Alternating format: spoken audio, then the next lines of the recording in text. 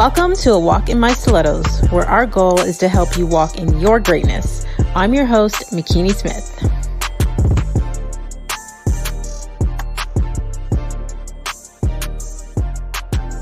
Hey, Faith Walkers. Thank you for joining us in the A Walk in My Stilettos podcast, where we have conversations with amazing women that are letting us step into their shoes. I help women to strengthen their resilience muscle, own their stories, and conquer their fears so they can reach their goals. I get inspired when I see another woman succeeding, but what interests me more is her backstory and her mindset on how she got there. So today's guest is about to bless us with her testimony, and since you're already here, you may as well subscribe. Today we have Jahmeelah Gamble. She is the founder of Slay the Mic program and a speaking coach. She helps people transform their voice into their ultimate superpower. She's a media personality who is on a mission to help people build their confidence and amplify their voice. And from the boardroom, school auditoriums to your event with 1,000+ people, Jahmeelah inspires people of all ages to not only love the sound of their voice and inspire the world with their ideas, but for everyone to communicate more meaningfully with one another. And her background in special education and her love of sharing people's stories led her to accidentally pitch her own television show, A Voice for All, on Rogers TV. So please welcome to the show, Jahmeelah. Oh, you read my bio so nice. I should have saved this for future opportunities. Thank you. You're welcome. You're welcome. I got you. I'm in coach mode. Can you tell? It's funny you say that because I did a post on Facebook recently and I was like, I paid a coach to yell at me for 90 minutes. Well, it's not what I paid for, but it's what I got. And it's exactly what I needed. Yeah, it came from a place of love, you know? Absolutely. Absolutely. So thank you for agreeing to come on. Yeah, of course. I had to. Love it. Love it. So, I mean, before I jump into your story, I love to start the show with an icebreaker question because I believe that as women, we have all these different titles that we go by, but a title that I believe is not given enough significance is our name, because our names have meaning. Yes. So I would love to know, Jahmeelah, do you know what your name means? I do. Lots of men love to use it as a pickup line. Yes.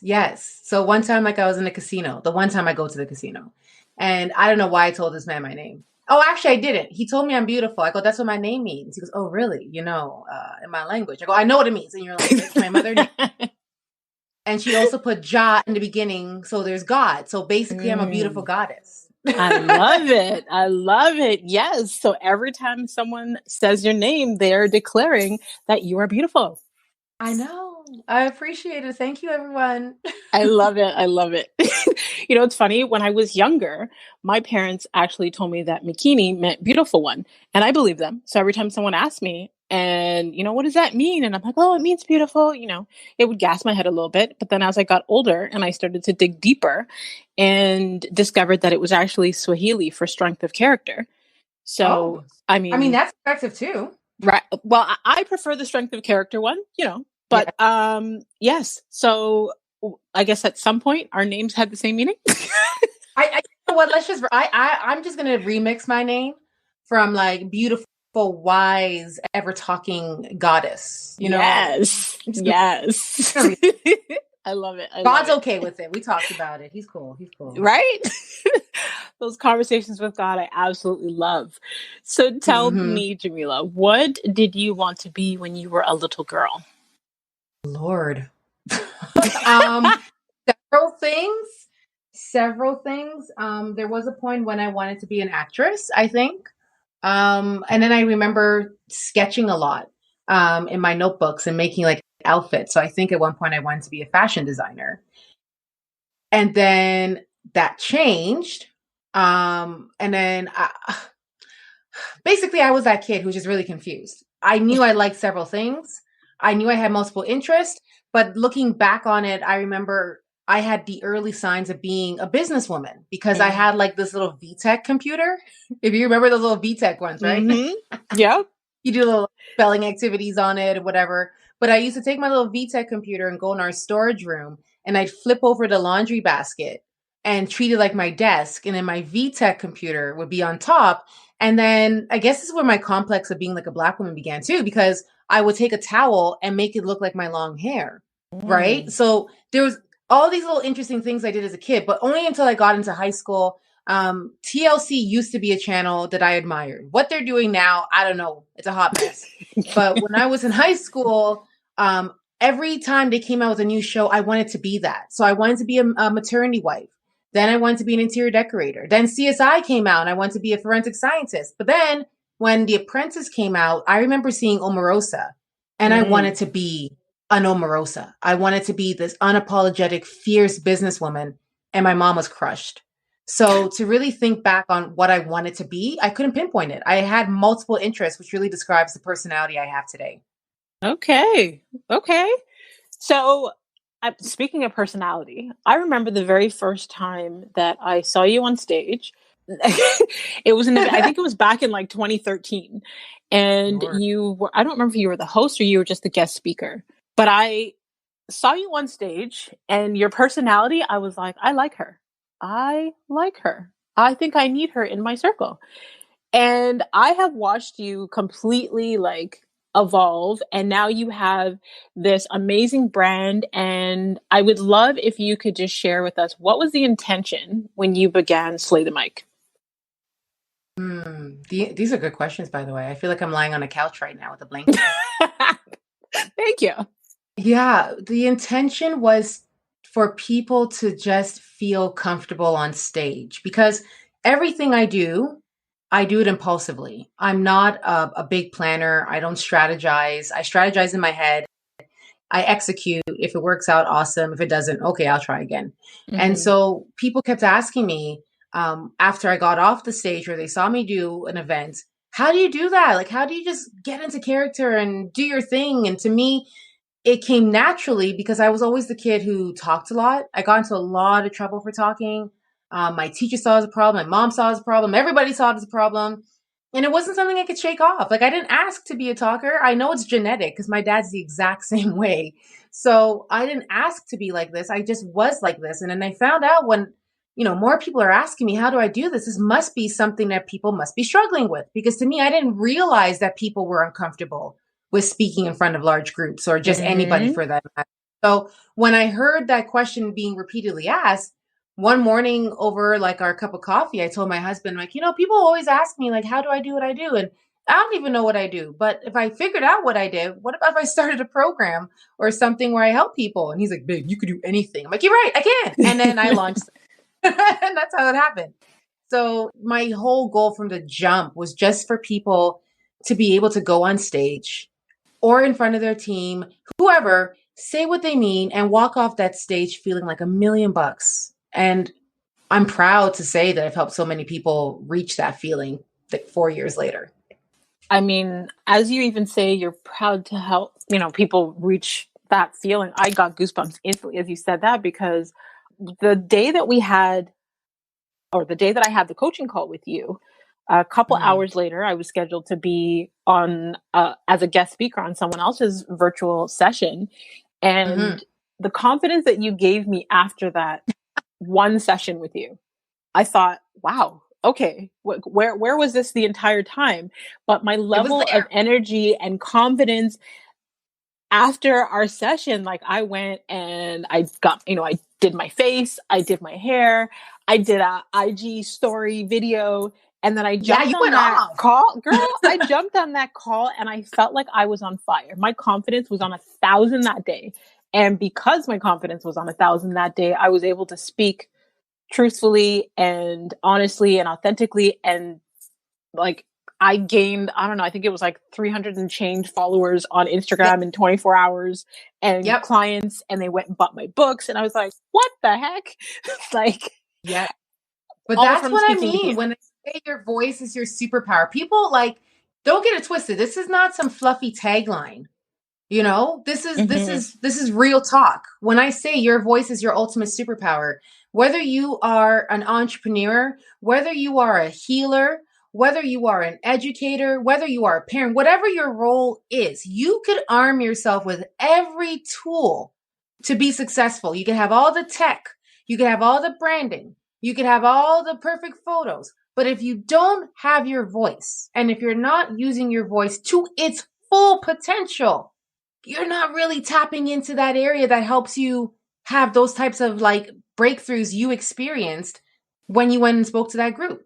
Doesn't matter. You can have all the ideas, but if you can't convey them properly, if you can't tell a story properly, if you claim to be someone who's a healer, but you don't know how to use reassuring words, I mean, come on now. Your voice is yours. You don't have to pay a monthly subscription. You don't have to go buy a new version every year like it's an Apple product. It's there. It's yours. You are responsible for it to be built up, because when you believe in it and you tap into it, you're strengthening it. And I think if more people realize that they're sitting like on like this hidden gem that is like the key to so many things, I think we would see way more people launching things and speaking their truth without worrying about it. Absolutely. And I mean, I think about, okay, I help women to strengthen their resilience muscle, but the way that you helped me to strengthen my voice that day. And I'm thinking like when you told your story just now, you talked about you've always been a talker. You've always been comfortable with the impromptu, and that's your personality. So someone on the flip side, like myself, who is more introverted, and, you yelled at me and told me to drop the humble pie because I was one of those people who would be terrified to stand in front of a group of people and speak, even though I do that now, but it still gives me some form of anxiety. But you were able to strengthen my confidence in using and amplifying my own voice in that moment to, like, girl, when I tell you the levels that I was on that day, like, I'm feeling it, because you know what? Even one of our mutual friends messaged me later and she goes, did you just have your session with McKinney? I was like, yeah. She's like, because she's going off. I was like, I know. Yep. I was like, for real, let me go see. Yep, absolutely. So I want you to tell people what happens when you learn to trust your voice and use it unapologetically. You go to sleep and you sleep a full 8 hours. Okay. That's the takeaway quote from this entire podcast. You go to sleep. Okay. Because I used to be that person, and I still envy my husband for having this gift of like saying goodnight and then he just goes to bed. I'm like, don't you got things to think about? Don't you have conversations to replay in your head? Like, come on. How did you just drop asleep like that? And so I used to be the person, doesn't matter how extroverted and the slayer of the mic I am, there were many times where I replayed conversations over and over again in my head, and I replayed scenarios and how I could have, presented myself and how I could have said this differently, and why did the person's face look like that when I said this? And it would rob me of my precious sleep. And the minute I started to like trust my voice and really adopt the model of, I said what I said, the end, period, no sequel. I'm able to say goodnight to my husband and then roll over and then go to sleep. And then I wake up in the morning. I'm like, all right, it's a new day. Because those thoughts were robbing me of my energy and were forcing me to second guess what I was saying, especially when it came to expressing my feelings.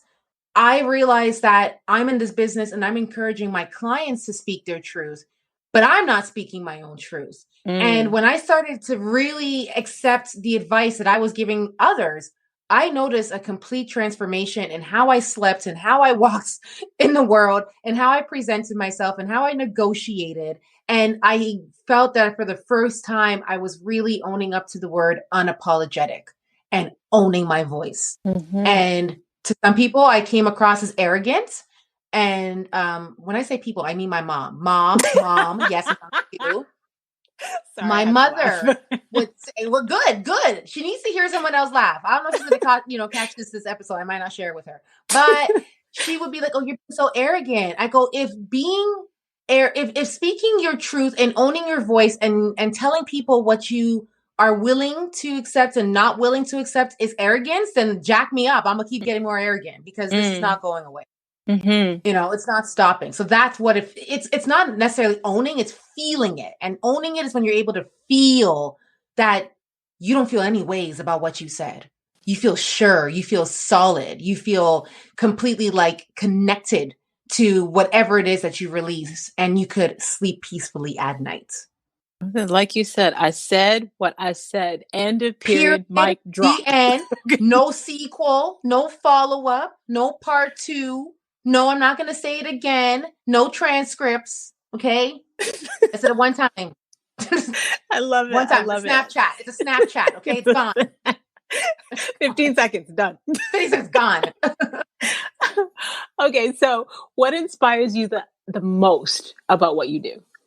Oh, I'm not a mother, but I imagine the joy I feel when I see my clients, or my mic slayers, as I call them, when I see them just overcoming that hurdle, or finally sharing that story, or when they send me like a voice note and they're like, Jam, I was at work today, and you hear the panic in their voice, right? Because they can't believe that they actually did it. They're like, Jam, I was at work, and then my coworker, that one I told you about, right? Who's like, can you do this for me? And normally I'm like, okay, girl, no problem, I'll do it. And then I was like, no, I can't do it because I got a date tonight. I'll see you tomorrow. I said that, Jam. I did it. I was like, yes, girl, yes. Claim that, So it's not just I delivered my first keynotes. It's not just, I accepted an offer and I told my story. It's little things that make a big impact. I told somebody no. I told somebody I don't appreciate that. I spoke up at work and I shared my idea. I put my hand up for that job opportunity. And those are the moments that when people experience them, they're like, I can't go for anything, because once upon a time they didn't think they could. So when I hear those moments, like there are days that my imposter tries to show up and shake me a little bit. And then I have to go back to those stories and go, wait a second, you've been doing this. Right. Stop you have it. Receipts. I got receipts. I got the whole cash register. You know what I mean? Yes. I have it all. So I my inventory is full. So I go back and I check those moments, and that's what really just makes me so proud that I started something and I didn't think about how it was going to grow. My focus was always the impact it was going to have. Right. So to see the impact and also the growth continues to blow my mind. Even as you say that, if I think about my key takeaways from my 90 minutes with you that I keep playing in my head to keep my confidence level up with using my voice, where you said to me, you are making an impact, you have receipts, drop the humble pie and use your voice. You're full. Yeah. Like I was like, okay. So that keeps me on high. That keeps my confidence level on high, knowing that, I am making an impact. I have receipts and I need to drop the humble pie and use my voice. So what advice would you give to another woman who's afraid to use her voice in general? I ask people, what's the worst that will happen when you use your voice? And people will say, well, no one's going to hear me, or people might get upset, or I might make people uncomfortable, or I might stutter or mumble over my words, or they have a list. The list just is going 1, 2, 3, 4. I go, okay, enough. Now tell me what's the best thing that could happen when you end up using your voice and saying what you need to say. And they're like, I feel proud of myself. I got that job. I secured that deal. I made that connection. I made that breakthrough. And I go, so which list is better? Then that's the list you go with. Right. Because if you keep operating in a space of what's the worst that can happen, you're essentially telling all the blessings that are locked, loaded, and ready to go and come your way. That, you know what?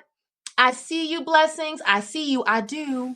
But I don't want you right now. Like, I just want to hold on to these insecurities, because these insecurities just makes me feel like grounded and humble. So I'm going to holler at you next.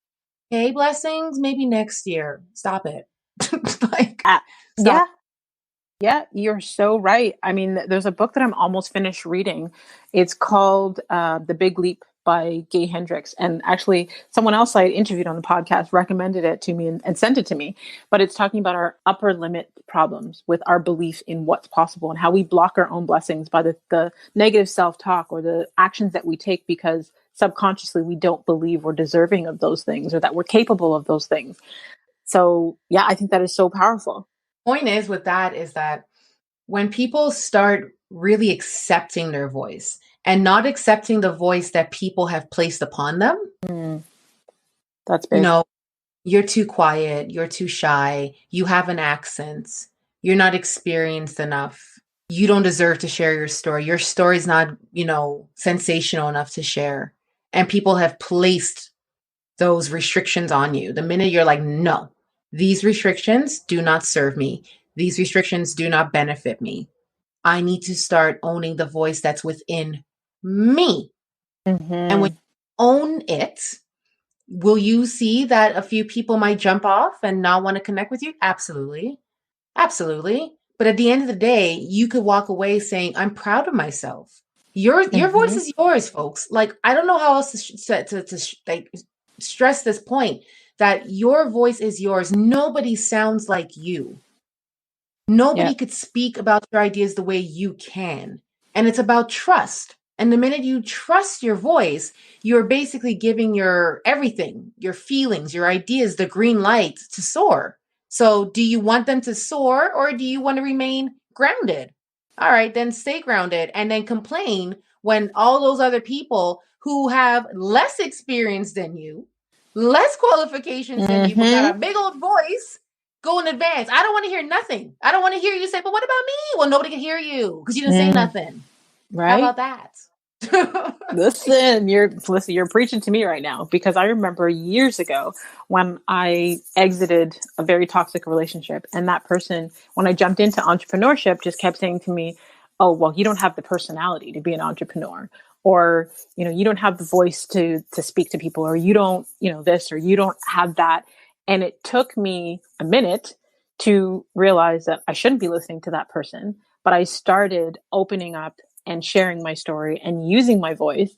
And it was the impact that I was making where it canceled out the voice of that other person in my head and Mm-hmm. gave me the confidence to continue doing what I am doing. And I don't care, or I'm unapologetic of the parts of my story that I put out there, because that's my truth. And I use that to feel empowered and empower others, rather than Mm-hmm. allow the narrative that someone else was telling me to hinder Yeah. me, or block any opportunities or things that could come my way. And the thing is, you have to be a critical listener, right? So if somebody in your most inner circle is saying you don't have what it takes to be an entrepreneur, first of all, can they back up their reason why? Can you give me 3 supporting facts? I do this with my husband all the time. It aggravates his soul. He'll tell me something and then he'll be like, you always do this. I go, how much is always? Can you Right. quantify? Can you tell me the last time I always did this? Was it last week? Was it last month? Was it in 2017? How many is always? And then he just shuts up because he can't back it up. And I go, that's right, sit down. That's what I said. But for people who tell you you can't, it's for you to use your voice and go, and why can't I? Right. Why can't I? If they can't back it up, and maybe they're coming from a good place, like, well, you know what? Maybe you should build your experience a little bit more. Maybe you should take this course. If they can't offer you constructive feedback, then dash that person and their voice out of your life. Yep. That is Absolutely. not the type of cheerleader that you need. And most likely the person who's telling you that is because they know your potential and they don't want to see you tap into it. So the only Mm-hmm. way they could block you is by psyching you out. It's for you to have not only your outer voice to say, nah, no, thank you, but your inner voice to tell you that that person is wrong and proceed.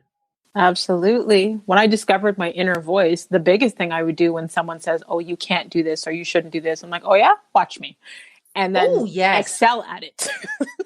Yeah, it's funny you say that. My husband was watching the whole Last Dance with Michael Jordan. Now, Mm-hmm. I don't care about basketball. Okay. I'm 5'11. People expect me to play basketball. I don't know where the ball goes. I don't know how to get it into the nets. I don't care about basketball. I like looking at the players, but I don't care about basketball. So he's like, oh, you should watch The Last Dance. And I'm like, everybody's watching The Last Dance. I don't care. I'm not one of those followers. Just because Right. everybody's watching it on Netflix doesn't mean I'm going to go watch it. In fact, I'm Right. not going to watch it because everybody's watching it. And Same.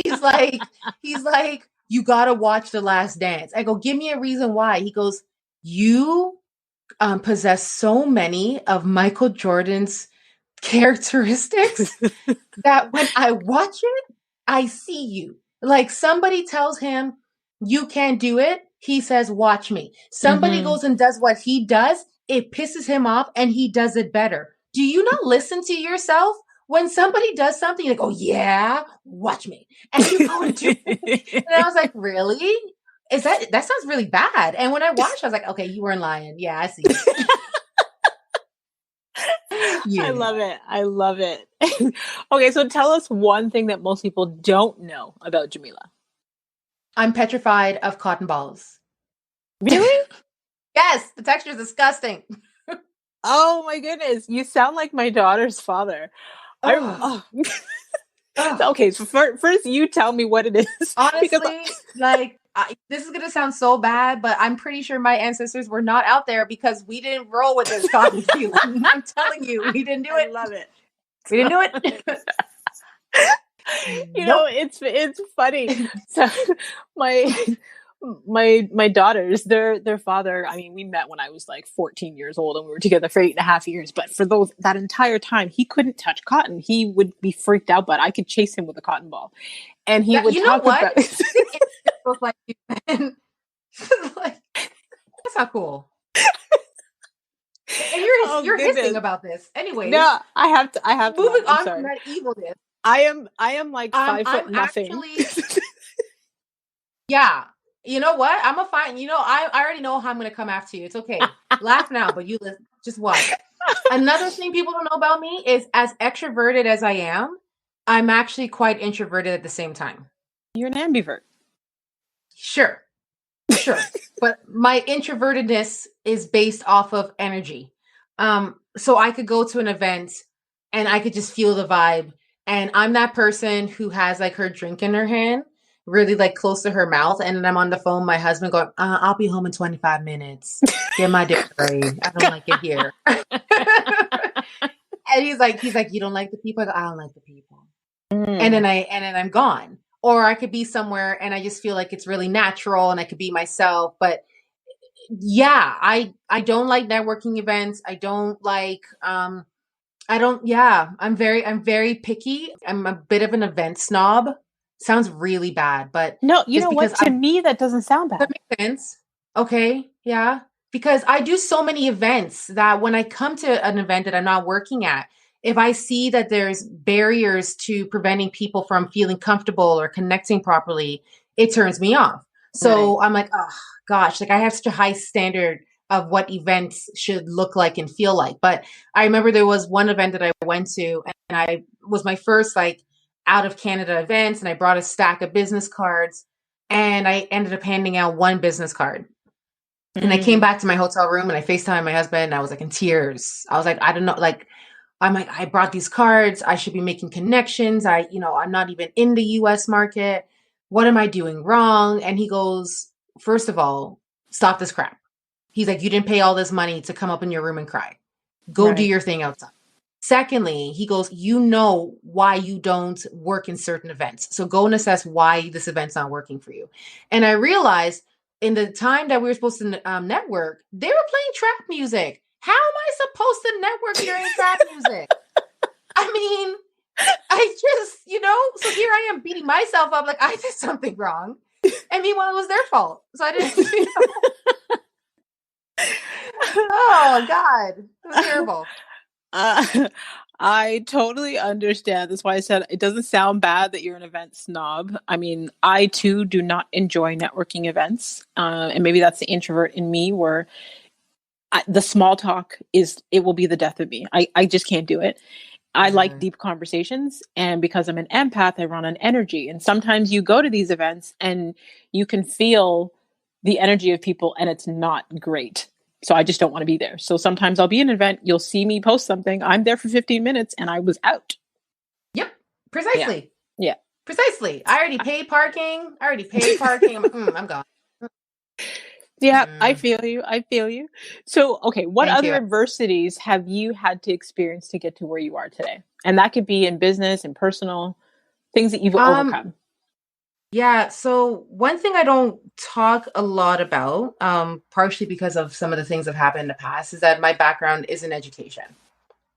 And when I think about where most of my trauma comes from, in terms of really understanding what my value is, just being connected to my self-worth, using my voice, just feeling comfortable navigating certain spaces and feeling like I belong there. A lot of it comes from being in education. And unfortunately, we talk a lot about bullying with our students, and we don't talk a lot about bullying as an adult. And so some of the things that I encountered, I remember in the early years of my education journey, I was working in the classroom, but I also had started my TV show. And my TV show was my pride and joy. I got that on my own. I was producing all my content. And my TV show happened to talk about disability awareness and education. So it was in alignment with me being an educator. Except my superiors thought it was a threat. So when I would go for job interviews and talk about my TV show, I wasn't getting the job. And I remember I asked one of my principals, can you give me some feedback? Like, why am I not getting these jobs? Like, what am I doing wrong? And he goes, I think you need to dumb it down. Oh. And for years, I dumbed it down. I didn't talk about my extracurricular activities. I changed my branding so that my name was completely different, so that it was completely disconnected from my board identity. I changed how I dressed. People would make comments about, oh, don't you ever wear the same outfit twice? Why do you always look so done up? And I'm like, just because at first I felt really insecure about it. I was like, oh my goodness, like I'm making my presence, the fact that I take pride in myself, the fact that I love to express myself in colors and prints makes people uncomfortable. So I started to dumb it down. I really toned down how I dressed. I went back to wearing like one color of eyeshadow instead of like 4. And I was doing all these things to fit in when I was choking on the inside. And when I finally had like this big disciplinary meeting at work, I was in front of 3 white women and the superintendent was a Black man. And when I was questioning some of the comments and statements they were making, he told me in front of these women, there's no need for me to be aggressive. Oh. And something snapped in me. something snapped that I was like, okay, I've been really nice. I have been really calm and playing it safe and you know, making sure that other people were comfortable and not shining too much for them. But now that comment just made me snap. And somehow I was able to muster up the strength and say, please do not mistake my passion for aggression. Do not. And I went off after that. I no longer tippy-toed about who I was and what I did because I built all of that by myself. No one gave me those opportunities. I built that. And for me to put it in, and lock it away is basically slapping God in the face and saying, you know what? Everything that you helped me achieve, I'm just going to like hide it because other people can't tolerate it. So no, I decided to start tapping back into who I was, what made me, me. And that meant wearing different outfits every day, wearing my hair how I want to wear it, wearing my makeup how I want to wear it, and also responding when people would make certain comments. Before I would let it slide, and now I would start responding. So when they'd say, oh, do you always wear like a different outfit every day? I'm like, you mean like you want me to repeat the same outfit in the same month? Ew. I'm like, people do that? I didn't know that. You know? And so I started to say things like that, and it made me reclaim my power. So those are things that, as extra as I seem right now, as extroverted and the slayer of the mic as I put myself out there, know that once upon a time, there were years where my anxiety was so high because I was being harassed at work. I was being labeled at work. People were spying on my website and my tweets and my Instagram and talking about behind me.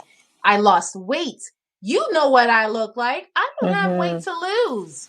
And that's when it something flipped. And I was like, I can't keep this up.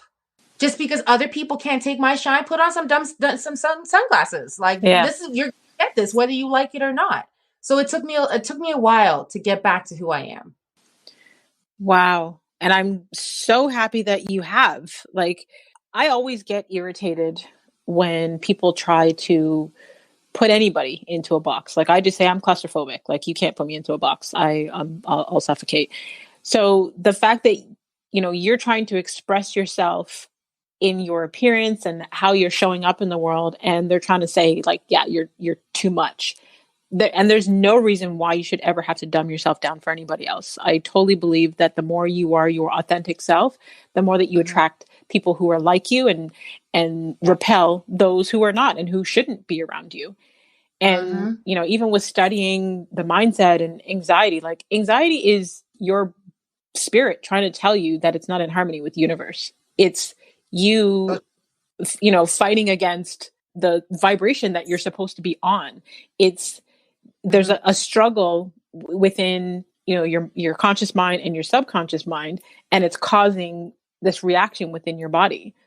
Yeah. So I'm just like so excited for you that you've tapped into the true source of who Jahmeelah is, because we need more of her.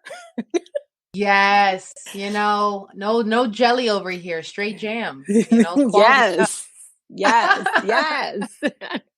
So no additives. No additives required. You talked about, how you spent years building who you are with, no help. So does that mean you didn't have any coaches or mentors that have helped you along the way? Never. Nope, I didn't. And I remember there was a time when I questioned my, if I was doing things right, because I didn't. I think there was a year when mentors and mentorship became a big fad. And everybody was so quick to be like, yeah, I'm being mentored by so-and-so. And I'm getting mentorship by that person over there. And I didn't have a mentor. And I was like, should I have a mentor? And I realized that my mentors were God and my mother. Those were the people who knew me best. Those are the people who I could talk to about things. But I also trusted my gut. And that was my other mentor was, going back to Pinocchio. Okay. Remember Pinocchio? Little Jiminy Cricket, always let your conscience be your guide. Yeah, that was mine. Okay. Yep. So I didn't feel the need to ask other people before me how they did it, because I wasn't planning on doing it their way. I was planning on doing things my way. And my way included trying it, failing, trying it, succeeding, and learning along the way. So no, I didn't have mentors. I wasn't a part of, when we were allowed or heavily using the word tribe, I didn't have tribes.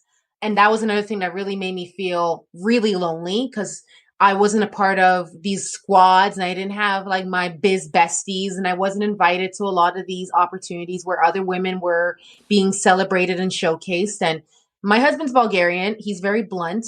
And I remember I told him one day, I'm like, babe, why am I not a part of anything? Like, why isn't anybody like inviting me or asking me for my expertise? Like, I'm out here, I'm trying. And he was like, he was cooking, and he looked at me and he goes, I don't know how many times I need to tell you this. Women will not like you. You are a threat. You do things differently. You are differently, and you will remain a threat to them. So continue doing things by yourself. Okay. I was like, damn.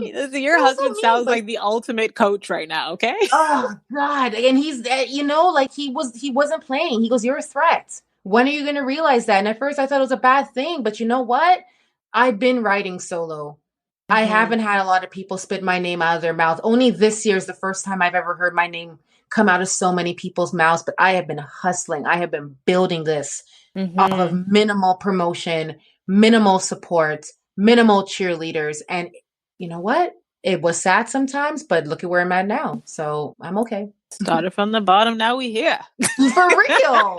For real. I could swipe up now. I could swipe up, friends. Yes.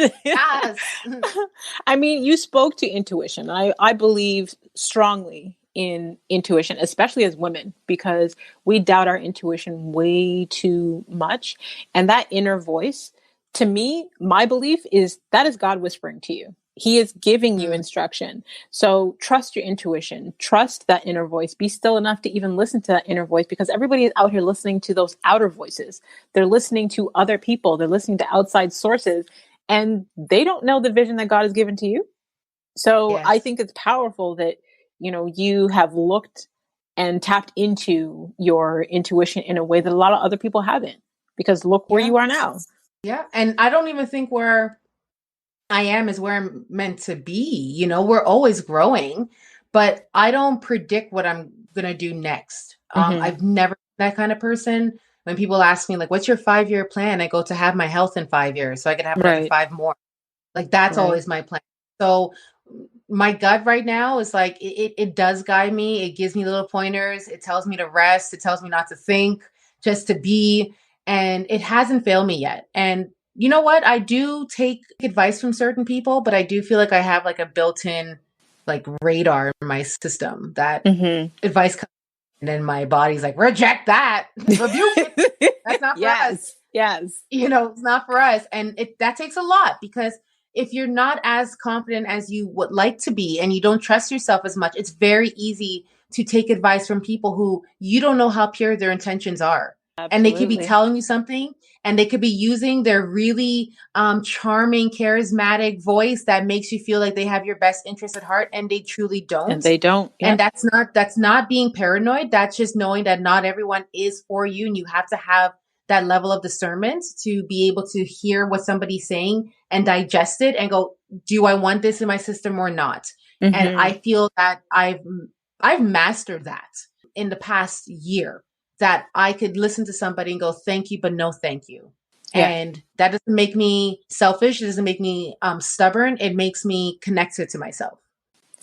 I absolutely love that you pointed that out, because that's actually one of the sessions that we do in mindset coaching, like even through my mentor, Bob Proctor, where he trains us that we have the ability to accept or reject every thought that comes to our head. You know, whether it's something someone told us, something that we are telling ourselves inside, we actually have the ability to accept or reject. The unfortunate part is most people will accept everything that comes to them and internalize it. You have mastered rejecting and, like you said, rebuking, you know, what is not for you. And that, like, I commend you for that. Absolutely. It I pisses mean, my mom off so much, but yeah. of course it does, because mothers want us to do what they say, but She's you are like, don't you using trust your inner God? compass, right? She's like, God talks to me. I'm like, you know, he talks to me too. You're not the only person he has conversations with. Exactly. Like, come on now. Exactly. Exactly. And I just love how you have now not only owned your own voice and are helping other people own their voice, but your ability to tap Mm, into listening to God's voice when he's speaking to you through your intuition and through yeah, rejecting, the yes. other things that are coming your way that are not meant for you. Like, I Mm-hmm. remember maybe back, I think it was 2012, after my sister passed away in 2012, and I was talking about possibly writing a book, and I had someone say to me, "Oh, well, maybe you should test it out first and see if people will read it." And if I had listened to that person, I never, like, I would not have written 4 books. You know what I mean? It's Mm-hmm. making that decision to reject what people say. And like you said, sometimes it's not even coming from a bad place for them. They may feel they have a good intention, but it's really based on what they believe is possible, not your beliefs, right? Listen, they might be placing their limiting beliefs on you. Yes, exactly. It's like they're talking to somebody who dares to think greater than them. And they're like, no, no, no, no, no. Like, you should test it out. Have you written a book before? Okay. Okay. Exactly. When you Exactly. write one, you come and talk to me. Until then, Exactly. thanks, but no thanks. And I believe that's a core value for me when I advise people on what to look for in a mentor. Even if it's a virtual mentor, look to someone who is doing what you desire to do. Don't just be taking Yeah. advice from any and anybody. Oh, If hell no. you want to speak on a stage, look to Jahmeelah, because she's been speaking on stages. If you are considering, writing a book or publishing a book, then you can come to me. But look to the people who have done it, and stop taking the advice from people who have not. People who are not in the arena should have no say. Right. Right. And even then, the people who've done it before, sometimes they're not even the right people, because it's an energy thing too, right? True. Very Like, true. Yep. that person might be hungry for the opportunity you have your eye on. Right.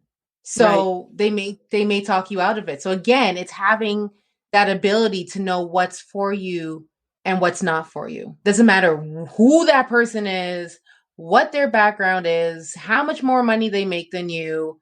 Being able to say no, that doesn't Mm-hmm. serve me, is of it's a high. It's like, no, Mm-hmm. you're like, I'm sorry, Well, I don't like that. I am learning now about the empowered no, because there is no that you can say with confidence because you know it doesn't align with your spirit, Mhm. it doesn't align with your goals, it doesn't align with, you know, your skills and your excellence and your purpose. So saying that no is empowering because it's making more space for the things that you do enjoy, that you do love, or you should be doing, rather than Mhm. the things that, you know, you say yes to and you're like, oh, I wish I hadn't said yes to this. I know. I know those. Now I don't deal with them anymore because I just say no right off the bat. I'm like, nah, it's a no for me, dog. Sorry. Right? I'm like, it's either a hell yes or a hell no. Yeah, it's just a no. But why? It's just a no. Like I just don't want to. Yeah. I don't want it. Like I learned No, that I from a said what I student of mine. said, full stop. I actually learned that line from one of my past students who she has autism. And so Mm-hmm. when she was learning how to speak, she mastered this line of saying, I don't want it. And Mm. so I've taken that from her. That when people offer me things like I don't want it. I don't Yeah. I don't want want that. it. I don't want it. Yes. I love it. Yes. I No, love it. So, okay. seriously. So with all that you have had to endure and all that you presently do, what does Mhm. your self-care routine look like? How do you take care of Jahmeelah? Well, COVID's really helped me get better with that because I can't go anywhere, right? Mm-hmm. So it gives me more time to do facials and things like that. And Mm-hmm. also, I've been shopping more than I should be. And I'm like, everything is self care, right? I'm like, oh, I'm getting this thing, self care. This self care. I've experienced burnout a couple of times so far during this COVID period. There's more time to work, and it's easy to lose sight of that. Yes. That you've worked for 6, 7, 8, 9 hours. You haven't drank that much water. You haven't eaten properly. Your eyes are burning. And so because I'm so connected to my body, it's like my body tells me you're hurting me right now. Like Mm-hmm. we need to stop. And sometimes you need people around you to remind you too. So yeah, my husband as well, he'll be yelling from upstairs. It's 1 a.m. Get to bed. Thank you for Mm-hmm. that. I needed that. Okay, I'm on my way. But I'm definitely more mindful of what I'm eating. This morning I made like a big leafy, like green breakfast with some yogurt because I wanted something good in my system. I honor my sleep. I'm not pulling Mm-hmm. these all-nighters, all these team hustle people. All right. Yeah, no, You keep not for up with me. that. You keep up with that. I need to sleep. I need my sleep. I need to eat. If I don't eat, I am dangerous. I am not a nice person. So I need those two things. And I've also been investing in things that makes me feel nice. So I'm getting facial things. I'm getting that massaging brush for my face. I'm doing these things that on the weekend, I do not book any client calls. So that's also the other thing too, is that during COVID, everybody thought, oh, look, we have all this amount of time, like all this extra time. And I literally had my calendar open from 10 to 6 and I had no Mm-hmm. breaks in there.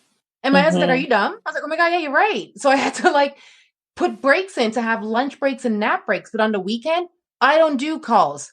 I don't answer emails. I don't do calls. And now I make time to sleep, to do the little self pampering. And because now that I'm in a place financially where I'm quite secure, I hired a cleaning company. Yes, I can't go girl. back. I can't go back. I saw a Yes. spill on my counter. I go, who's gonna get that? I don't know. I don't know who's gonna do this. And my husband was like laughing at me because he's like, really, you're gonna maintain this? And now hear him. So when they come in again, you like this life now, don't you? You like this life. So I hired a regular cleaning company and I hired a VA. And Love I'm it. feeling like 20 pounds lighter and way more in control of my emotions and my energy. So that's what self-care looks like for me. And I'm loving it. Love it. You spoke to like so many points just now that were so important that I feel like people underestimate. And I agree with you. I'm not I used to be like 10 years ago, the team hustle. I am now team, I need my nap. Right. Team, don't bother me. It's team Don't do it. self-care. But Completely. I do want to add though that people's self care regime is a very common asked question in interviews now, right? Mm-hmm. I do want to tell people, please realize that one person's self care routine is not yours. Right. It's what works Okay, for you. so just because I like to take a nice little bubble bath, maybe you're not down with the bubble bath. Maybe you're more down with the walk and binge watch Netflix. That's your definition. The key word in self-care is self. Self. Yep. Not society care, not everybody else's care, not what your favorite influencer does with their skin care. Have you ever, you know what? I just realized now I'm going on a whole ass tangent right now. But have you ever realized that we ask people for what their skin routine is? Oh my God, girl, your skin looks flawless. Well, What do we you all do? have different We types don't of skin. have the same skin type. Yeah. Don't ask. Find out what your skin needs. And that's my TED Talk. Thank you for coming to it. I love it. I just had to say that. I realized it the other day and I got so mad. I was like, why do people ask? I agree with you on that one for sure. I feel so good that I finally got to say that publicly. Oh, good. I love it.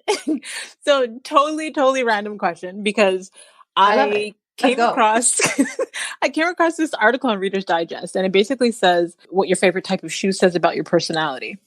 And I have been asking every woman that has been on the show for the past 2 years, and so far it's been on point. Hopefully we don't disappoint now. So I would love to know, Jahmeelah, do you know what your favorite type of shoe is? Is it like sneakers? Shout out to New Balance. Speaking it out into existence. You're going to make me a future brand ambassador. Let's go. What are you waiting for? Yes. I'm 5'11". I do wear heels. I do wear heels for events. I do. And then I'm like 6'2", 6'3". People ask me, why do I wear heels? I'm already a giant. And I go, I'm taller, so I don't have to see people like you in my sight of vision. That's why I wear heels. But I do wear heels. I do have an extensive shoe collection. I have more heels than a woman my height should.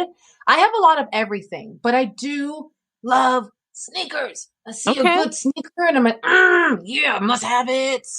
I love sneakers. So sneaker buffs get along with everyone. You are someone who relates to people much younger than you, yet also feels comfortable conversing with someone much older. Sometimes you're an old soul, and sometimes you're the life of the party. Hence, New Balance. New Balance. People call it dad shoes.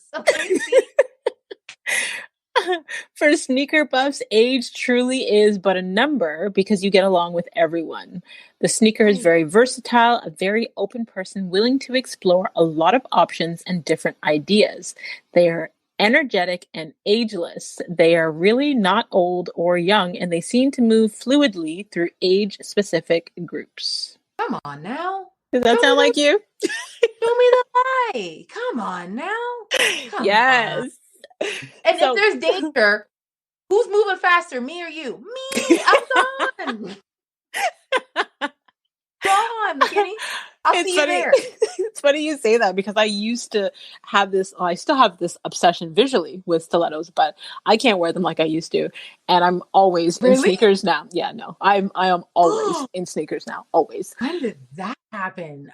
Probably about 2 years ago. Yeah, I feel like this is like Brad and Jennifer Aniston breaking up. If I had to attend an event now, like the heels come out when I'm coming out of the car. Like I probably have Chucks on in the car. I probably have Air Max on in the car, or my Vapor Max. Like yeah, that's it. And then as soon as the event's done, I got keys in my hand, heels in my hand, and my sneakers on. I'm like, bye, everybody. Yep. just for show. Love it. Okay, so before we go to the final segment of the show, I want you to tell people where they could stay connected with you online. You can find me on Instagram and Twitter at I am Jam Gamble. I'm not going to drop my Facebook because truth be told, I hate Facebook. I don't have time for those essay posts on there. So find me on Instagram and Twitter. I said what I said. And you can also find me on my website at iamjamgamble.com. Jam is in everything because I'm that sweet. Yes. Okay. So I will definitely have the links in the detail section so they could just don't post and Facebook. I won't add you. I won't accept your request. I will put your Twitter and Instagram. Thank you. You're hilarious. Okay. So the final segment of the show is just a couple quick reflection questions. I call it a walk in her wisdom. If you could have a gigantic billboard anywhere with anything on it, what would it say and why?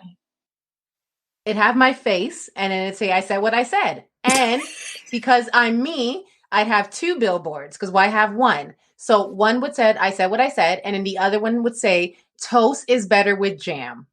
Okay. Yes, girl. Speaking of no shade towards in agreement with you. Yes. No shade towards Toastmasters. Total shade. No, joking. It is. Hold on. I love it. Okay, name one of the most worthwhile investments you've ever made. And it could be money, time, energy. Cleaning company. Seriously, once you experience that life of bouginess, you can't go back. You can't. They're hilarious. And my air fryer.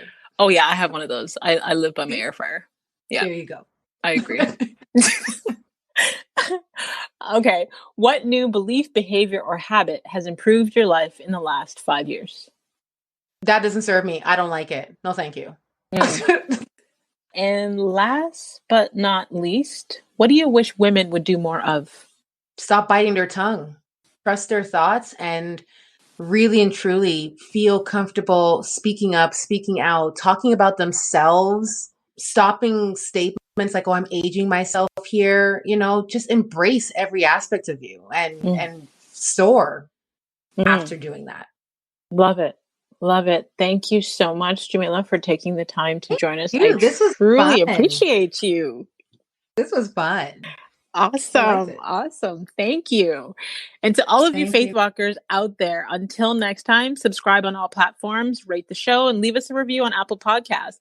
And don't forget to join the community of faith walkers and sign up for our weekly newsletter at awalkinmystilettos.com and grab one of my personal development books available online everywhere. And if you could think of, I'm going to challenge you, 3 people that would receive value from hearing Jahmeelah's testimony today, please share it with them. Feel free to screenshot this week's episode and tag us on Instagram. You can tag Jahmeelah at IamJamGamble, and you can tag myself at The Real McKinney Smith, and continue to walk in greatness in your stilettos in a manner worthy of your calling.